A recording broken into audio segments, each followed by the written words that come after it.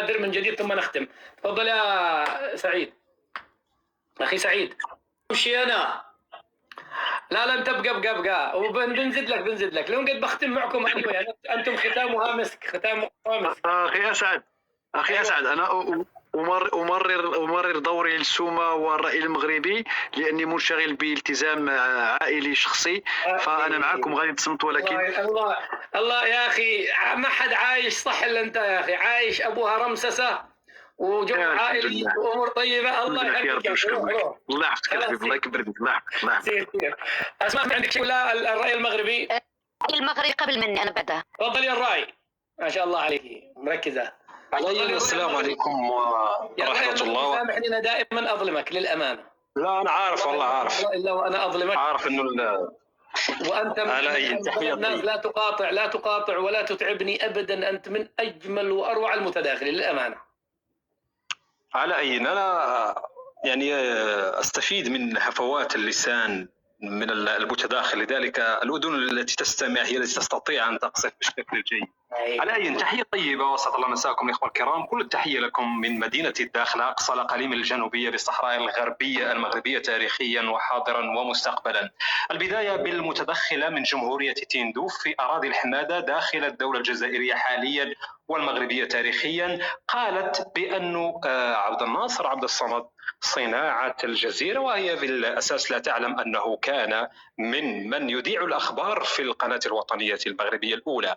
طبيعي أن من صنع من قبل الدولة الجزائرية التي بطبيعة الحال صناعة الفرنسية سيتحدث عن مفهوم الصناعة، لأن جبهة البوليزاريو هي جبهة تم اصطناعها من طرف النظام العسكري الجزائري الفرنسي تاريخيا، وتحدثت على أنه ما يسمى البوليزاريو دولة قائمة مثل ما أشار المتدخل الجزائري كادر أنها ستستقل. أنا بالمناسبة وأنت معنا أبارك لكم 50 سنة من إنتاج اللفت في جمهورية تندوف، ونبارك لكم أيضا طريقة استماتتكم في تدبير أو صرف أموال الشعب الجزائري على قضية لم تغنموا منها سوى بعض الخيام الموجودة في تندوف إلى حدود الساعة. وأقول أنه كنت أتساءل لماذا لم توفروا الخيام حتى للمتضررين من الفيضانات، وتبعنا كيف أن المواطنين تم منحهم شطابة وكرات من أجل يعني أن يقوموا بتنظيف منازلهم التي أخذتها السيول. فالمسألة هذه تثير الضحك صراحة. على أي، قال بأن الجزائر لن تضع يدها مع المغرب لأن المغرب طبعت، وأقول بأن الجزائر دخلها أردوغان ومعه وفد من 50 رجل أعمال، وأردوغان وقع اتفاقيات عسكرية واقتصادية مع الإسرائيليين واستقبلتموه بالأحضان وفرشتم له الزرابي. أليس هو أيضا مطبع؟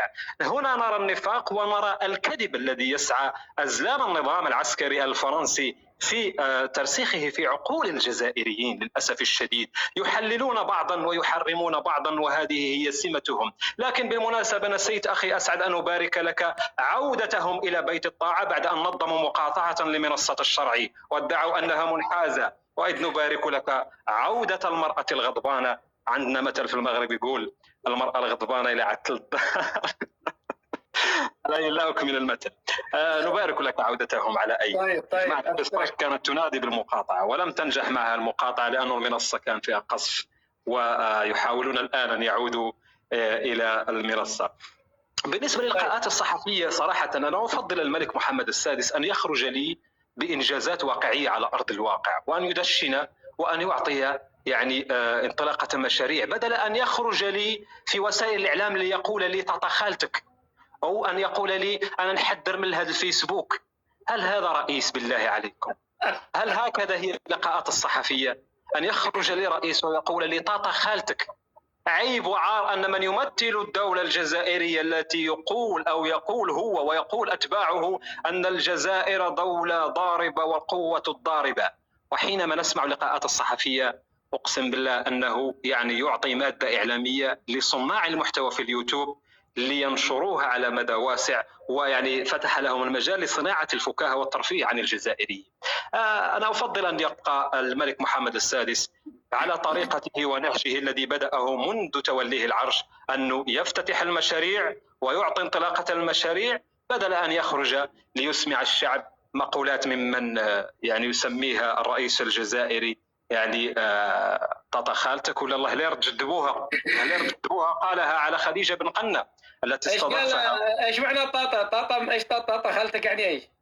انا قادر يشرح لك طاطا خالتك، انا اللغه الجزائريه لا اجيدها. اريد افهمها علشان اذا قالها لي مره واحد جزائري افهمها، لاني طاطا خالتك. لا والله في لقاء صحفي يعني في لقاء صحفي قال لهم تهضر على الجزائر طاطا خالتك. انا ما فهمتش المقصد، انا محلها من الاعراب لم افهمها صراحه.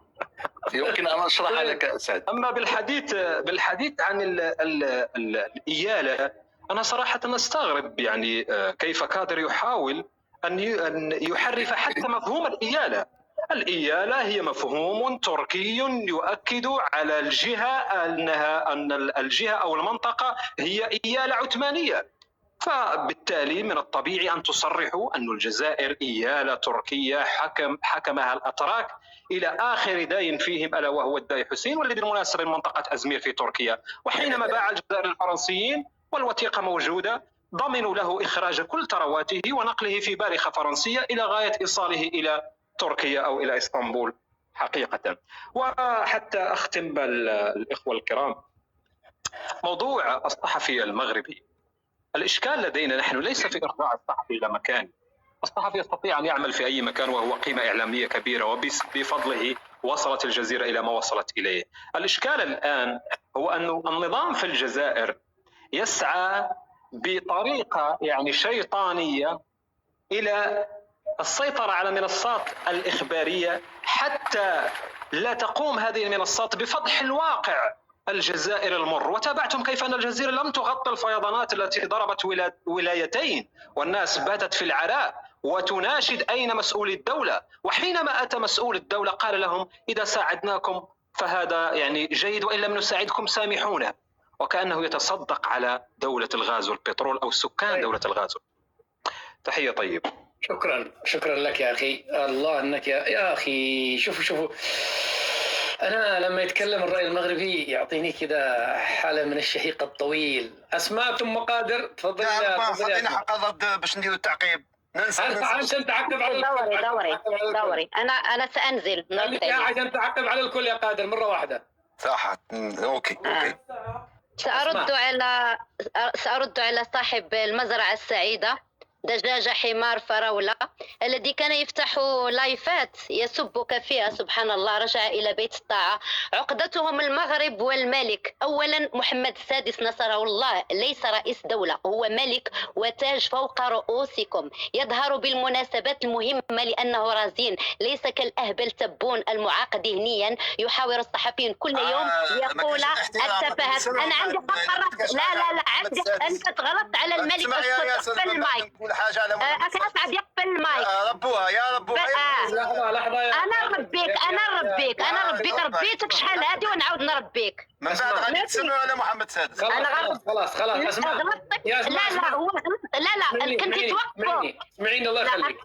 خلاص تبون ومحمد السادس قلتي ما قلتي وهو قال ما قال، واحدة بواحدة وانتهينا. اوكي المره الجايه لا، انت قلتي لي عندك حق الرد. هو اول لما غلط انا وقفته، ما يغلطش على الملك. اوكي اغلط على رئيسه. اصلا لا مقارنه، رئيسك لا ما كيسواش صباط القديم ديال الملك.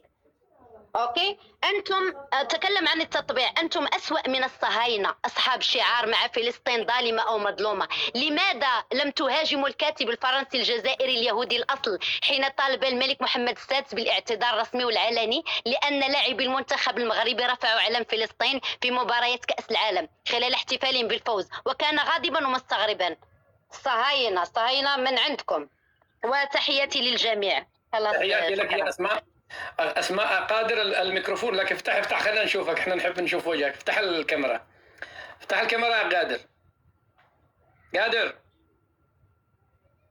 لا تكون طحست، انا اني منعك يا قادر، لا تذهب قادر. اي الو قادر بتناديني انا. قادر نزل يا شباب. قادر نزل. إذا نختم. الأخ سعيد أبو النص موجود؟ سعيد مش موجود؟ اذا أنا كلمة أخيرة لا تتعدى دقيقة أسعد إذا سمحت لي. تفضل اختم انت. لا الاخ سعيد، لا لحظه يعني سعيد تفضل أخويا سعيد. تفضل. الميكرو سعيد، حل الميكرو سعيد. الميكروفون مغلق يا سعيد، الميكروفون مغلق. افتح المايك. ايوه صافي مزيان دابا. ايوه بس لازم القعده تكون كذا يا سعيد، ضروري. ايوه جميل عازر. بيبا ايوه كذا بيبا. سير اسعد كيفاش غنسالي والله مازال راه قصارين، راه الامور مازال حنا عاد بدينا، عاد الشهيه تفتحات. تفضل خليك معنا ما تمشيش. نمدد ولا يهمك على شانك. قول. ايه تفاعلا مع ما يروج ويموج خلال هذا اللايف هذا الانيق والجميل، ومن خلال المداخلات ديال الاخ قادر، يبدو ان فعلا وحقا وفي الواقع النظام الجزائري يعيش تخبطا، يعني ما بعده تخبط، وبالتالي فإنه من المؤسف جدا أن يتخيل أحدنا، فقط أن يتخيل أنه قادر أن ينظم لوبي للضغط على قناة في دولة إكس من أجل طرد بين مزدوجتين صحفي مغربي. إذا القضية ما كاين لا لوبي لا لوبيا. اللوبيا بالمناسبة هي الفاصولياء باللغة العربية. معروفة. ولكم أن تسرحوا وتمرحوا بخيالكم بعيدا في مختلف الدلالات التي تلصق بهذه الكلمة نتاع الفاصولياء. إذن دعونا نقول أولا بأن القضية وما فيها هو أن النظام الجزائري يحاول في هذه الأيام بالخصوص أن يهرب النقاش العمومي الجزائري نحو مواضيع أخرى، نحو قضايا وأحداث أخرى. كيف؟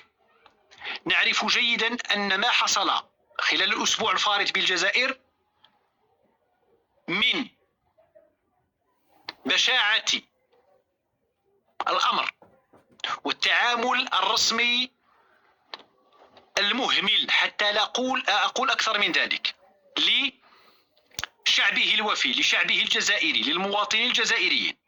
ما حدث بعد الفيضانات التي أودت بخسائر بشرية ومادية وإيكولوجية وما إلى ذلك في المنطقة، وعدم التدخل، وأسجل هنا عدم تدخل، صفر تدخل من العسكر الجزائري، من الوقاية المدنية الجزائرية، من الشرطة الجزائرية، من القوات المدنية المجندة الجزائرية.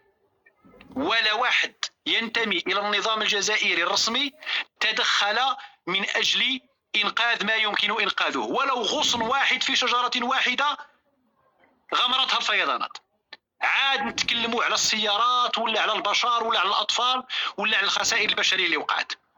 إذن هذاك الحادث الذي كان يجب أن يكون هو محط الاهتمام نتاع قادر وآخرون، نتاع الأمثال نتاع قادر، نتاع الفريق نتاع قادر، نتاع هاد الناس اللي في اللايفات اللي مقابلين المروك ونسوا أن ينتبهوا إلى أن نظامهم